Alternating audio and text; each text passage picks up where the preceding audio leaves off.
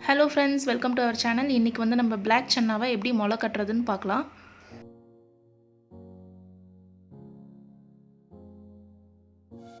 இந்த சுண்டல் பாருங்கள், நான் வந்து ஒரு 8 ஹவர்ஸ் நான் தண்ணியில் நல்லா ஊற வச்சுருக்கேன். இப்போ இதை வந்து நம்ம எப்படி முளை கட்டுறதுன்னு பார்க்கலாம்.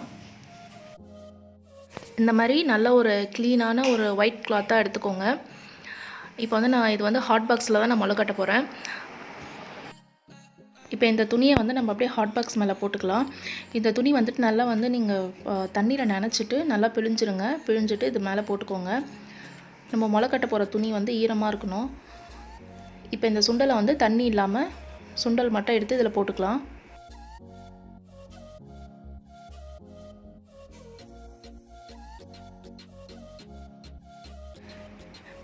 போட்டுட்டு இது எல்லாத்தையும் இந்த துணியெல்லாம் இப்போ சேர்த்து பிடிச்சிக்கலாம். அப்படி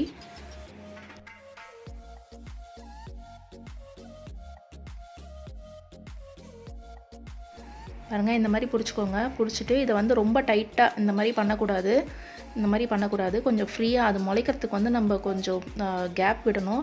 இந்த மாதிரி கொஞ்சம் லூஸாக இந்த மாதிரி மடிச்சுட்டு இப்படி வச்சுருங்க. இப்போ இதில் மேலே நான் கொஞ்சமாக தண்ணி தெளிச்சுட்டு இதை மூடி வச்சிடலாம். இதை வந்து நான் ஒரு 2 டேஸ்க்கு நான் முளை கட்ட போகிறேன். எப்படி இருக்குதுன்னு பார்க்கலாம். இந்த 2 டேஸில் நீங்கள் வந்து மார்னிங் நைட் மட்டும் இந்த மாதிரி கொஞ்சமாக கையில் தண்ணி எடுத்துகிட்டு இந்த மாதிரி தெளித்து விட்டுருங்க. தெளித்து விட்டு மூடி வச்சுருங்க. இப்போ ஓப்பன் பண்ணி பார்க்கலாம். பாருங்கள், நான் இது வந்து 2 நாள் நான் முளை கட்டியிருக்கேன்.